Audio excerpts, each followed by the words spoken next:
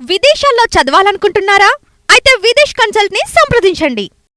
నా భార్య ఆత్మహత్య చేసుకున్న దర్మిల జరుగుతున్న దర్యాప్తు అంతా పంజాగుట్ట పోలీస్ స్టేషన్ లో స్టార్ట్ అయింది. తర్వాత దాన్ని మాదాపూర్ పోలీస్ స్టేషన్ కి షిఫ్ట్ చేశారు. ఎందుకంటే ఆ ఇన్సిడెంట్ జరిగింది దుర్గమ్మ చెరువు అనేది మాదాపూర్ ఏరియా పరిధిలోకి ఉంది కాబట్టి మాదాపూర్ పోలీస్ స్టేషన్ లోకి మారటం జరిగింది. తర్వాత మాదాపూర్ పోలీసులు కేసు అంతా నోట్ చేసుకుని దాన్ని పబ్లిక్ ప్రాసిక్యూటర్ ఒపీనియన్ కి అంటే లీగల్ ఒపీనియన్ కోసం పంపిస్తాం జరిగింది. లీగల్ ఒపీనియన్ కు పంపించిన తర్వాత వాళ్ళు మరి ఏ ఏ సెక్షన్ల ప్రకారం వాళ్ళు చేశారో తెలీదు. వాళ్ళు ఒక సందర్భంలో అరెస్ట్ చేయడానికి వెళ్ళారు. అక్యూజ్డ్ ని అరెస్ట్ చేయడానికి వెళ్ళారు. అయితే పొద్దున పూట 6 గంటలకు వెళ్ళారట పోలీసులు. వెళ్తే సాయంత్రం మధ్యాహ్నం దాకా వాళ్ళు ఎంత బతిలినా మేము అరెస్ట్ కావడానికి వాళ్ళకి ఇది అవ్వకపోతుంటే ఏడుపులు గొడవలు గొడవ. ఈ లోపల 1:30కి వాళ్ళని అరెస్ట్ చేసి ట్రైన్ లో తీసుకురావడం కోసం పోలీసులు మొత్తం టికెట్లు కూడా అంతా బుక్ చేసి రెడీ చేసిన తర్వాత మరి పోలీసు కస్టడీలో నుంచి ఎలా వెళ్ళటం జరిగిందో దాంట్లో అక్యూజ్డ్ దుర్గాప్రసాద్ అనే వ్యక్తి బయటకు వెళ్ళి హాస్పిటల్ అడ్మిట్ అవ్వడం జరిగిందట. నాకు ఇది పోలీసులు చెప్పిన వెర్షన్, నాకు తెలిసినటువంటి వెర్షన్ కాదు. పోలీస్ స్టేషన్ దీంట్లో హాస్పిటల్ అడ్మిట్ అయ్యి నాకు బీపీ పెరిగింది, హార్ట్ అటాక్ వచ్చేలాగా ఉంది అది చెప్పి హాస్పిటల్ అడ్మిట్ ఒక ప్రైవేట్ హాస్పిటల్లో వాళ్ళ బంధువులకు సంబంధించిన ఒక ప్రైవేట్ హాస్పిటల్లో అడ్మిషన్ తీసుకున్నారట. అడ్మిట్ చేస్తే దాని వాళ్ళు 2 days రెస్ట్ కావాలని చెప్పారు పోలీసులు. డాక్టర్ 2 days బెడ్ రెస్ట్ కావాలని చెప్పారట. అప్పుడు ఎట్టి పరిస్థితుల్లో మేము వదిలిపెట్టే ప్రసక్తి లేదు, మీరు బయలుదేరాల్సిందే, రిమాండ్కి బయలుదేరాల్సిందని చెప్పి పోలీసులు బలవంతంగా ఇచ్చేసిన టైంలో వాళ్ళ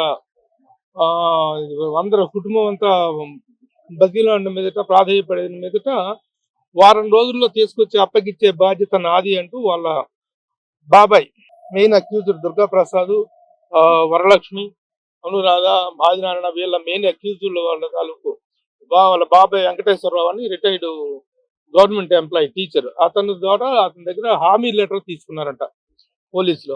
వారం రోజుల్లో తీసుకొచ్చి మేము మీకు అప్పగిస్తాము, హ్యాండ్ ఓవర్ చేస్తాం, మీరు పంపించవచ్చు, కస్టడీకి పంపించవచ్చు అనేది లెటర్ రాసుకుని పంపించారు. ఆ వారం రోజులు కూడా దాటిపోయింది. అయితే ఈ వారం రోజుల గడువుని వాళ్ళు ఎలా ఉపయోగించుకుంటున్నారంటే మా మీద తప్పుడు కేసులు పెడతానికి ప్రయత్నిస్తున్నారు. రివర్స్ లో నా మీద తప్పుడు కేసు, నా మీద నా కూతురు మీద మా హెరాస్మెంట్ కారణంగానే నా భార్య చనిపోయింది అనేటువంటి ఒక తప్పుడు కేసు బనాయించడం కోసం ప్రయత్నిస్తున్నాము. రకరకాలుగా బెయిల్ కోసం రకరకాలుగా చేస్తూ అలాగే పోలీసుల మీద కూడాను, మాదాపూర్ పోలీసుల మీద కూడాను ఆ శవాన్ని కలెక్ట్ చేసుకొని శవాన్ని పోస్ట్ మార్టంగా పంపించిన కానిస్టేబుల్స్ వాళ్ళందరి మీద కూడా కేసులు పెడతానికి సిద్ధపడ్డారనేటువంటి సమాచారం తెలిసింది. కాబట్టి ఇది ప్రజెంట్ సిచ్యువేషన్. యాక్చువల్గా ఇది నాకు సంబంధించినటువంటి కేసు కాదు, ఇది కాదు, నా కేసులు అనేటువంటిది నేనేమి పెట్టలేదు వాళ్ళ మీద.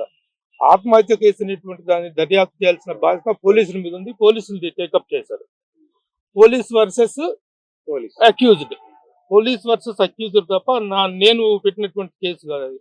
కానీ వాళ్ళు దీని నుంచి తప్పించుకోవటం కోసం రకరకాల మార్గాలు అన్వేషించుకుంటూ మా మీద తప్పుడు కేసులు పెట్టేటువంటి ప్రయత్నం చేస్తున్నట్లు తెలుసు. సాక్ష్యాలు కూడా ఇవ్వడం జరిగింది, అప్పుడు వీడియోస్ కూడా మీరు చూపించడం జరిగింది కదా సార్. అవునండి. ఎన్ని సాక్ష్యాలు ఉన్న తర్వాత కూడా మళ్ళీ వాళ్ళు అక్కడ పోలీస్ కేసు పెడతానంటే అక్కడ ఎలా తీసుకుంటారు? పోలీసులు కూడా కేసు తీసుకోవడానికి ఉండదు కదా, మొత్తం ఆల్రెడీ ఇక్కడ కేసు అయిన తర్వాత. ఇక్కడ మాదాపూర్ పోలీస్ స్టేషన్ వచ్చి మాదాపూర్ పోలీస్ స్టేషన్ లో నా మీద వరకట్నం కేసు పెడతానికి ప్రయత్నించారనేటువంటి చేశారట. పెళ్ళై 37 సంవత్సరాలు అయింది. నాకు 2 కుమార్తెలు, 2 కూతుర్లకు పెళ్లిళ్ళు అయిపోయినాయి. మనవడు, మనవరాలు, నా మనవరాలకు 13 ఏళ్ళు. ఈ వయసులో సినిమా ఇండస్ట్రీలో కానీ పబ్లిక్ లో కానీ ఇంత గుర్తింపు, ఇంత అభిమానం పొందిన నేను 37 ఏళ్ల తర్వాత వరకట్నం కేసు నా మీద పెట్టాలని ప్రయత్నిస్తున్నారంటే మరి వాళ్ళకి ఆ సలహా ఇచ్చిన లాయర్లు ఎవరు, అలాంటి సలహాలు పాటించి వాళ్ళు ఈ విషయాన్ని ఇంతవరకు రప్చర్ చేస్తున్నారు. జరిగిన దాని మీద కనీసం ఏమైంది, ఎలా ఉన్నారు, ఏంటి అనేటువంటి ఒక్క ఫోన్ కాల్ కూడా లేదు, ఒక్క సమాచారం కూడా లేదు.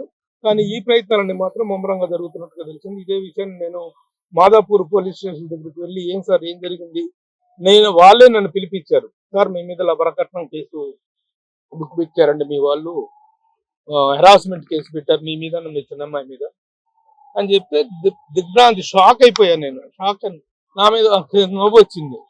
ఇలాంటి పిచ్చి పనులు చేసుకోవటం వల్ల ప్రయోజనం ఏమీ లేదు. అది నేను పెట్టిన కేసు కాదు, అది పోలీసులు రన్ చేస్తున్నటువంటి కేసు. కాబట్టి పోలీసులే అడిగితే వాళ్ళు జరుగుతుందండి, మేము వారం రోజులు టైం ఇచ్చాము, ఈ వారం రోజుల్లో కనుక వాళ్ళు వచ్చి సరెండర్ అవ్వకపోతే తర్వాత మేము తీసుకున్న యాక్షన్ మేము తీసుకుంటామండి అని చెప్పేసి, అంటే ఈ వారం రోజుల టయాన్ని రకరకాల వీటి కోసం ప్రయత్నాలు చేస్తున్నారు. తప్పుడు కేసులు పెట్టి కేసును ప్రొలాంగ్ చేయడం కోసం ప్రయత్నిస్తున్నారు. ఇది ప్రస్తుతం ఉన్నటువంటి పొజిషన్. మీరేం కోరుతున్నారు ఇప్పుడు? మీకు ఎలాంటి న్యాయం కావాలి? ఎలాంటి న్యాయం అంటే, నేను మొదటి నుంచి కూడాను వీళ్ళని దోషించాలని, వీళ్ళని శిక్షించాలని చెప్పి నేను వ్యక్తిగతంగా ఎప్పుడూ అనుకోలేదు.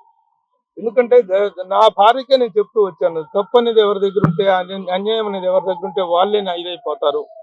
ఎవరు చేసుకున్న వాళ్ళ పాపన వాళ్ళు పోతారమ్మా, మనకొద్దు, మన జీవితం మనకు హ్యాపీగా ఉంది, మనం ప్రశాంతంగా ఉన్నాం, మన పిల్లలు బాగున్నారు అని చెప్పినా కూడా తను మొండిగా ఇమోషనల్ ఇదిలో తను ఆ పని చేసుకుంటే, ఎందుకంటే అంతకు ముందు రోజు జరిగినటువంటి అంతకు ముందు 4 నెలల క్రితం జరిగిన సంభాషణలో వాళ్ళ అమ్మకి తనకు తీవ్రమైనటువంటి వాగ్వివాదం జరిగిన మీదట ఆవిడ అనగరాని మాటలు, ఒక కన్న తల్లి అనరాని మాటలు అన్న మీదట ఆ శోభతోటి, ఆ మానసిక శోభతో తను చనిపోయింది తప్ప, నేను వాళ్ళ మీద కక్ష తీర్చుకోవాలి, వాళ్ళని జైల్లో పెట్టాలనేటువంటిది కూడా నా ఉద్దేశం కాదు. మధ్యలో ఒకసారి పంజాగుట్ట పోలీసులు మమ్మల్ని పిలిస్తే వీళ్ళని అరెస్ట్ చేసి తీసుకొచ్చారేమో, అందుకని మమ్మల్ని పిలిచారేమో అనుకున్నాను నేను. ఆ పంజాగుట్ట పోలీస్ స్టేషన్కి వెళ్ళి ఆ కాసేపటి సమయంలో నా గుండె దడ్డ నేను మా అమ్మాయి దడ్డ ఉనికిపోయాం. ఎందుకంటే సొంత మేనమామ తనకి, సొంత బావమరిది నాకు మేనల్లుడు కూడా అవుతాడు. అలాంటి వాళ్ళని ఆ పరిస్థితుల్లో పోలీస్ స్టేషన్ ఎక్కడ చూడాల్సి వస్తుందో అన్న భయంతో నేను ఉనికిపోయాను. వాళ్ళ తీరా అయితే వాళ్ళు పిలిచింది నన్ను కేవలం ఓన్లీ స్టేట్మెంట్ కోసం పిలిచారు. కాబట్టి నేను పెట్టిన కేసు కాదు, నేను చేసినటువంటి ఇది కాదు, అది పోలీసులు రన్ చేస్తున్న కేసు అయితే దాని నుంచి తప్పించుకోవడం కోసం ఈ ప్రయత్నాలు చేస్తున్నారు. నా డిమాండ్ అంటే ఏం లేదు, చట్టం తన పని తను చేసుకుపోతుంది. నా మీద ఇలాంటి తప్పుడు కేసులు పెట్టి పిచ్చుకోవడం చేయొద్దని చెప్పడమే తప్ప చట్టం ఎందుకు వదిలిపెడుతుంది? దాని మీద క్లియర్ గా చాలా స్పష్టంగా మరణ వాంగ్మూలంలో తను పేర్కొంది కదా, చట్టం ఇది చేస్తే దాన్ని నేను వెల్కమ్ చేస్తాను. అది మై డిమాండ్. నేను చట్టం తన పని తను ఖచ్చితంగా చేస్తుందన్న నమ్మకంతో ఉన్నాను. ముఖ్యంగా మాదాపూర్ పోలీసులు, సిఐ గారు కానీ, అక్కడ ఎస్ఐ గారు కానీ, వాళ్ళందరూ కూడా చాలా కోఆపరేట్ చేస్తున్నారు. కేసు విషయంలో వాళ్ళు చాలా నిష్పాక్షికంగా వ్యవహరిస్తున్నారు. ప్రస్తుతం వరకు అది ఉన్నటువంటి పరిస్థితి. నెక్స్ట్ ఏం జరుగుతుంది I have to wait and see. Suman టీవీలో మీ పర్సనల్ అండ్ బిజినెస్ ప్రమోషన్స్ కోసం కింది నెంబర్కి కాంటాక్ట్ చేయండి.